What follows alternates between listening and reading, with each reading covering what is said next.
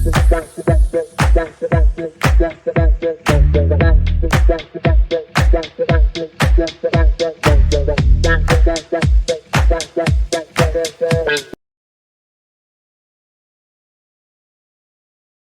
right, so you're ready to dive deep into music revenue streams. The free kind. Yeah, exactly. The ones that don't cost you anything up front. Love it. We're going to crack open a guide today called 9 free revenue streams for the working and weekend musician. Okay, so By Randy Chertkow and Jason Fian. Awesome. And you know what's crazy? Every time like one of your songs plays on Pandora, you could be making money from it. Absolutely. Without spending anything to set it up. It's true. Wild, right? Yeah, a lot of musicians leave this money on the table. Really? Yeah. They don't even know about it. Don't even know about it. Or they think it's too complicated. Oh, interesting. But it's not. Okay, well, let's break this down. Let's see what we're working with here today. Right, let's dive in. And see if we can, help everyone listening make a little bit more money from their music. Sounds good. All right, so where do we begin? Let's start with something that often gets overlooked. Non-interactive streaming royalties. So we're talking about things like Pandora, Spotify, radio. Gotcha. So it's not like on demand, it's like radio style. Exactly. The listener doesn't control the specific songs. Right. But they can pick a station or a genre. Okay. And each time your song gets played on one of those stations, you earn royalties. Okay. And the best part is Sound Exchange, the organization that collects those royalties. Yeah. It's totally free to join. Free. Totally free. I feel like everyone should know about this. I know, right? Okay, so how do I get a piece of this action? So first, head over to soundexchange.com and create an account. All right. Now, here's the important part. If you're both the owner of the copyright and the performer of the music, make sure you select a both account. Both. Okay, I'm writing this down. What does both mean? It means that you're collecting all the royalties you're due. Okay. So if you wrote the song, you performed it, you own the rights to the recording. Right. You're wearing multiple hats. And a both account. Make sure that you get paid for all of those roles. That makes sense. Yeah, that makes sense. Okay, cool. And while you're at it, make sure to register yourself in all applicable roles, songwriter, artist, even producer. Okay. Just get it all in there. So we're getting every penny. Exactly. Smart. It makes it easier later on. Yeah. Okay, so I mean, millions and millions of videos on YouTube use music. Yeah. So there's got to be a way to tap into that, right? There is. That's where Content ID comes into play. Okay. It's kind of like a digital fingerprint for your music.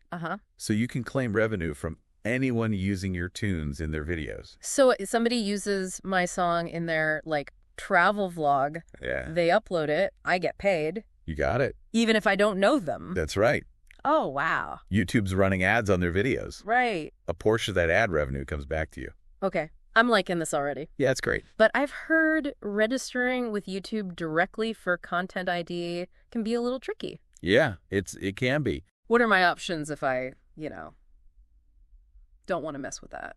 So there are services like Audium and AdRev that handle this for you. Okay. They're free to sign up for. Okay. But they typically take a percentage of your earnings. So like a fee, basically. Yeah, it's their fee. Okay. And some might have minimum viewership requirements before you start seeing any payouts. Oh, okay, interesting. So you got to weigh the pros and cons there. Definitely. Duh. Oh, and one more thing. Yeah. If you already use a music distribution platform, like say CD Baby, check if they offer social video monetization. Oh, good point. A lot of them do. Good to check. And it might be included in your existing package. Yeah, that's always a good thing to check before you sign up for something new. Absolutely. Anything I should be wary of with these services?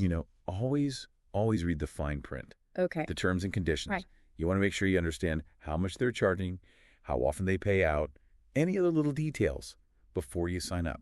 Good advice. Always protect yourself. All right, let's shift gears a little bit. Let's talk about songwriter performance royalties. All right, this is a good one. This sounds promising. It is, yeah. So this is about my music being played on terrestrial radio. Yeah. Live gigs. TV, film. Even TV. So pretty much if my music is being played, I could be making money. Yeah, publicly. If it's being played publicly, chances are there are royalties for you. So even my local college radio station. Yep, even that. Wow. So here's how it works. Yeah. There's a 50-50 split between the songwriter and the publisher. Now, who's the publisher in this situation? Yeah, so in most cases, unless you've signed a deal with a publishing company, you are the publisher of your own music. I wear both hats. You do, exactly. So I get both sides of that royalty. That's right. Oh, man, that's amazing. And to make it even better. Oh, there's more. BMI, one of the major performance rights organizations, they offer free songwriter memberships. Oh, wow. So you can start collecting those royalties right away without spending a dime. All right, so this is starting to sound like free money to me. Pretty close. But how do I actually collect the publisher side of things? Right, so think of it as kind of bootstrapping the situation, right? Okay. Once you've earned some income from your songwriter royalties, you can actually use that to join BMI as a publisher as well. So I can use my earnings to unlock more earnings. Exactly. That's brilliant. It's a great system. Okay, so I'm guessing I'm not just going to be like sitting at home watching the money come in, though. No. I still got to do some work. Yeah, these royalties only come in if your music's actually being played. Okay, that's fair. So you still got to get out there, promote your music, get on playlists. Get it out there. Submit it to radio stations, the whole 9 yards. So promo and royalties go hand in hand. They do. Okay, the more people hear my music, the more money I make. Gotcha. All right. This is already making me kind of rethink things a little bit. What else have we got? All right, let's talk about affiliate sales. All right. So it's all about strategically using special links. Okay. That give you a cut of every sale you drive to online stores. Gotcha. Amazon, iTunes, all the big ones. Okay, so if I'm like, I don't know, posting on social media, here's my new album, and I use a special link to like Amazon or iTunes or wherever, and people buy it through that link. That's right. I get a little commission. Exactly, you got it. But here's the really cool part. What's that? You're actually earning on both ends. What do you mean? So you're getting your standard royalties from the sale. Okay. Plus that little bonus commission just for directing the buyer to the store. Double dipping. I like it. Yeah, it's a win-win. But don't those links like look all weird? Like wouldn't that turn people off? No. They look just like regular links. Really? Totally seamless experience for the buyer. Oh, okay. That's good to know. Yeah, no one's the wiser. So what's the trick? The trick is just to use them. Okay. Put them everywhere. Everywhere. Your website, social media, email newsletters. Oh. Every chance you get. Gotcha. Makes sense. The more people click your links, the more you earn. I'm seeing the light here. Good. Are there any platforms to make that easier to manage all those links? Absolutely. There are affiliate aggregators like Commission Junction, Rakuten. Yeah. Those let you create links for a way wider range of products. Okay. Not just your own music. So like music gear. Yeah. Or even like stuff that's not music but still like fits my brand. You got it. Exactly. Oh, this is cool. It's like a virtual merch table. Okay. With endless possibility. The wheels are turning. Good. So all these programs are free to use. Most of them are, yeah. I'm realizing how much I've been missing out on. Don't worry, we've all been there. This is awesome. It's all about empowering creators. Okay, well, this deep dive has been full of surprises already. What's next? All right, let's move on to crowdfunding and patronage. Ooh. These are all about connecting directly with your fans and building a community that supports your music career. I'm ready. All right, let's do it. I can't wait to learn more about this. Okay. This is awesome. Okay, so we've already uncovered some amazing ways to make money with music. For free. That's right, completely free. And I want to learn how we can connect with fans directly and maybe make a little bit more consistent income. Definitely. That's where crowdfunding and patronage come in. Right. They can really help build a loyal following Okay. and generate some more consistent revenue. So let's start with crowdfunding because I've heard of like Kickstarter and Indiegogo. Yeah. But I always thought it was like a lot of work to get those going. It can be, yeah, but it can also be really rewarding. Okay. Think of it as like a way to pre-sell your albums or merch, maybe even tour dates. Okay. Instead of paying for everything up front, right, you're basically having your fans invest in your project. So it's like a group effort. Exactly. Okay. Everyone's chipping in to make it happen. I like that. And these platforms probably charge a lot though, right? That's the great thing. Platforms like Kickstarter and Indiegogo, yeah, they're free to use. Seriously? They just take a small percentage. Of the money you raise? Exactly. Just from the funds that you actually raise. Okay, so no money up front, just a cut of the profits. That's right.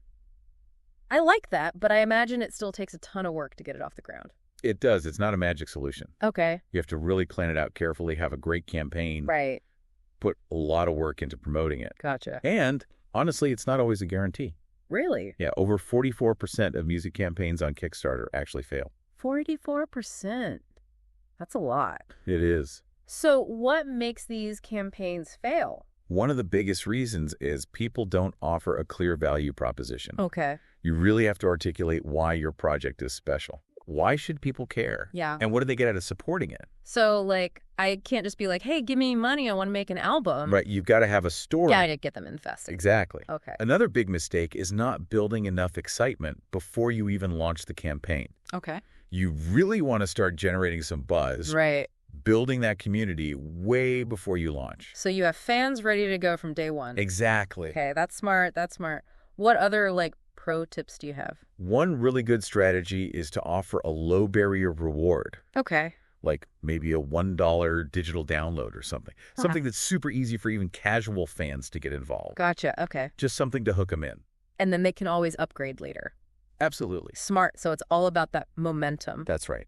Building the hype. Exactly. Okay, so crowdfunding is great for, like, these one-off projects. Yeah, specific projects. But how do we get more consistent money coming in? That's where patronage platforms come in, like Patreon.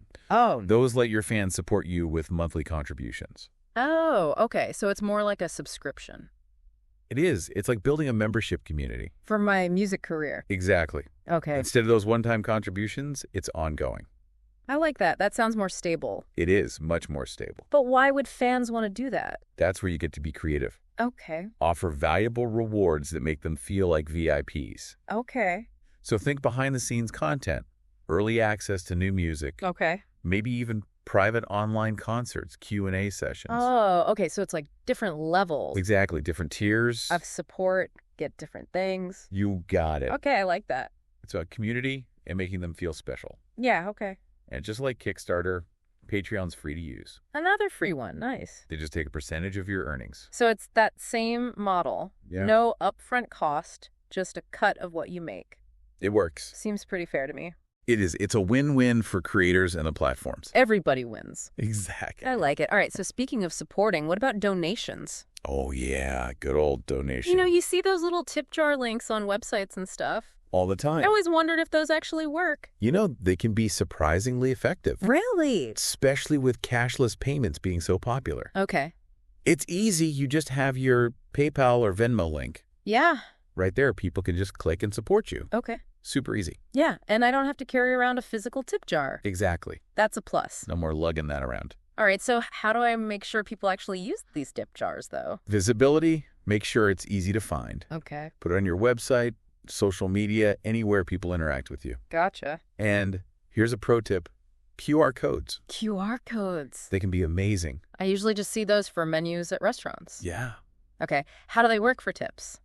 So you can generate a QR code that links directly to your PayPal or Venmo. Gotcha. People just scan it with their phone and boom. Easy. They can send you a tip right there. So, like, at a gig, yeah, instead of a tip jar, it's a QR code. Exactly. Put it on your amp, your merch table, whatever you've got. So smart. Okay, this is blowing my mind. Sure. Like, there's so many ways to make money that I didn't even know about. There are, and we're not even done yet. All right, what else is there? So let's talk about something that can do some good in the world. Okay. Charity partnerships. Okay, that sounds interesting. It is. How does that work? So you'd be surprised how many charities have budgets for promoting themselves. Okay. And they'll sponsor musicians who fit their mission. So I can partner with a charity. Yeah. Get paid to perform. Exactly. And help a good cause. It's a win-win. Okay. You support something you care about, the charity gets more exposure. That's awesome. I like that. I'm assuming there are some requirements, though. Yeah, for sure. Okay. Charities usually want someone who performs live often and has a good online presence. Yeah. They want to reach as many people as possible. Okay. It's all about maximizing their impact. Okay. So how do I find the right charities? So start by thinking about the causes you're passionate about. Okay. Do some research. Find charities that fit your values. Yeah. See if they have programs to support artists. Okay. And don't be afraid to reach out to them directly. So just be proactive. Absolutely. Okay. Are there any other resources? Yeah, you should look up Tom Jackson. Okay. He's a live music producer who helps charities connect with independent artists. Awesome. Okay. Well, we've covered a lot. Yeah. My brain is full of ideas. Good. What's the last one? What's that last revenue stream? Okay. This one's a little different, but it's got a lot of potential. All right. Spark plug. Spark plug. Yeah, it's been called the Airbnb of gear.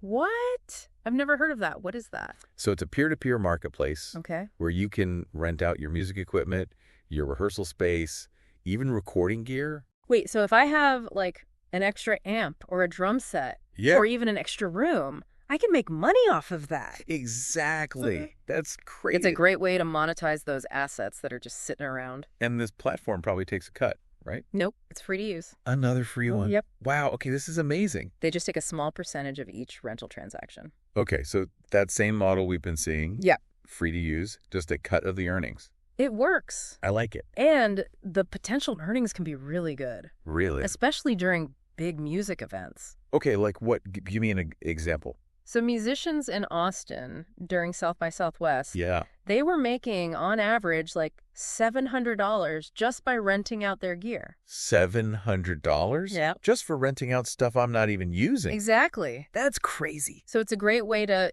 make some extra money on the side. Totally. And you're not limited to just festivals. Right. You can rent out your stuff year-round. To anybody. Yeah, local musicians, studios, anyone who needs it. All right, this deep dive has been a complete game changer. Good. Glad to hear it. I had no idea. There were so many ways to make money from music. There are. Without having to, spend a ton of money up front. That's the beauty of these free revenue streams. This is incredible. Yeah. I'm feeling super inspired right now. I'm feeling pretty energized after learning about all this stuff. That's great to hear. It's like, I had no idea, Yeah, and like we said, this is just the beginning. Yeah. The music industry is always changing. Right. So got to stay curious, keep learning, be open to new things. Totally. But honestly, it's a little overwhelming. Yeah, I get it. Where do I even start with all of this? I think don't try to do everything at once. Okay. Pick one or two things that really speak to you, and your goals. Right. And then just focus on those, make a plan. So, play to my strengths. Exactly. Don't try to be everything to everyone. Yeah. And remember, these things can all work together. Oh, yeah. It's like a diversified portfolio. Just for my music career. Yeah. I like that. So you're not putting all your eggs in one basket. Right. Instead of just relying on, album sales or gigs. Right, exactly. More stability. Yeah, it makes things a little more predictable. In an unpredictable industry. Exactly. If one thing slows down, the others can pick up the slack. So it's like a safety net? Yeah, that's a good way to put it. Okay, and then as I start making money, I can reinvest that back into my career. Smart. For example. Well, you mentioned earlier about collecting all of your songwriter royalties. Oh, yeah. You could use that money to join BMI as a publisher. Right. Yeah, definitely want to do that. Or maybe invest in some better music videos. Oh, yeah. Been meaning to do that. To boost that YouTube revenue. Okay. Or, hire a publicist to help you get more press coverage. Okay. Maybe even land some of those charity partnerships we talked about. It's like the possibilities are endless. They are. It's exciting, Ray. It is. This whole deep dive has been super eye-opening. I'm glad to hear that. I feel so much more optimistic now. Good. That's the goal. About the future of my music career. Knowledge is power. Right. Right. Now you've got the tool. Time to take action. Exactly. Go make it happen. This has been awesome. Thank you so much for sharing all this with us. My pleasure. Anytime. Really, really helpful stuff. So for all of you listening out there, we want to leave you with one question. Okay. What's one small thing you can do today to start using one of these free revenue streams? That's a good question. Doesn't have to be anything big. Take one small step. Sign up for Sound Exchange, make a Patreon page, make a QR code. You got it. Whatever it is. Anything. So power is in your hands. Don't be afraid to share your music with the world. Couldn't have said better myself. Thanks for tuning in to the deep dive. See you next time. We'll catch you on the next one.